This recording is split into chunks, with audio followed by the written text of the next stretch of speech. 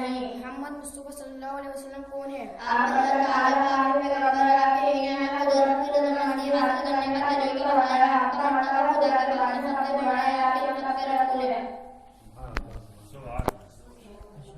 इस्लाम का पहला कलमा क्या है?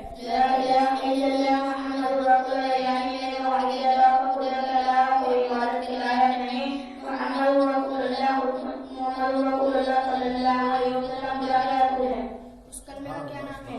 कलमा शहादत किसे कहते हैं? कलमा शहादत किस तरह पढ़ा जाए?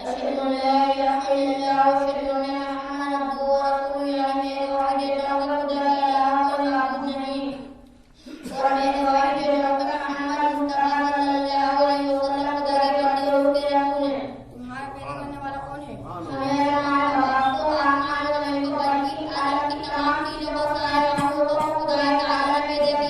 अल्लाह ताला इन तमाम चीजों को कैसे पैदा किया? जो लोग खुदा का अलावा और किसी की इबादत करते हैं वो कौन लोग हैं? जो शख्स मोहम्मद रसूलुल्लाह सल्लल्लाहु अलैहि वसल्लम को न माने उसे क्या कहते हैं?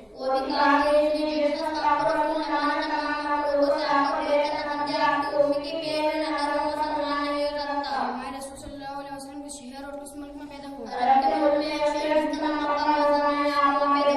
आपके खानदान वालिद और दादा का नाम क्या था? खुदा के आखिरी रसूल ने सारी जिंदगी कहाँ गुजारी?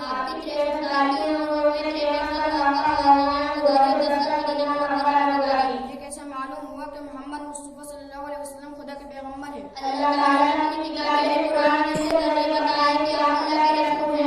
ये कैसे मालूम हुआ कि कुरान मजीद अल्लाह ताला की किताब है?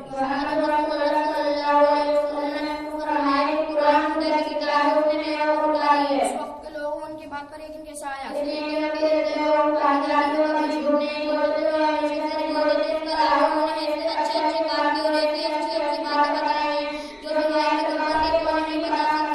कुरान शरीफ के आपको एकदम मिल गया थोड़ा थोड़ा? कुरान अजीम किस तरह नाज़िल होता था?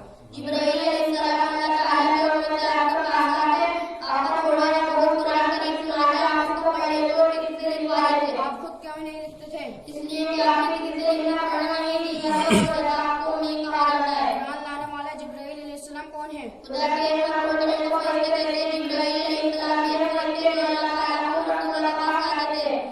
नमाज का क्या मतलब? अल्लाह ताला ने जो काम भेजे हैं वो क्या क्या है?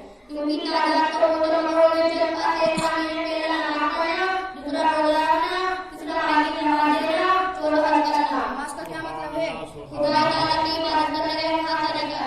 वो क्या तरीका है जिसे नमाज कहते हैं?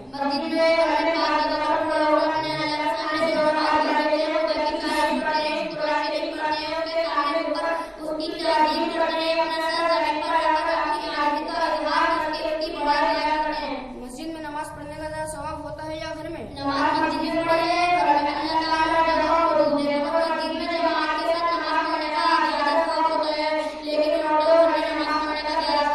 नमाज पढ़ते वक्त किस तरफ मुंह करके खड़ा होना जरूरी है?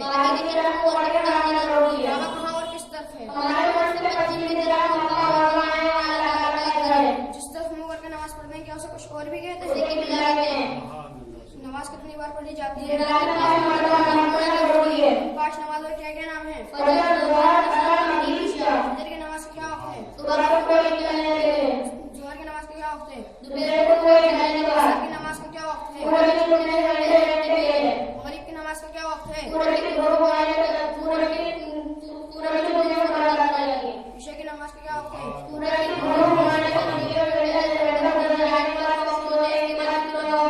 अज़ान क्यों दी जाती है?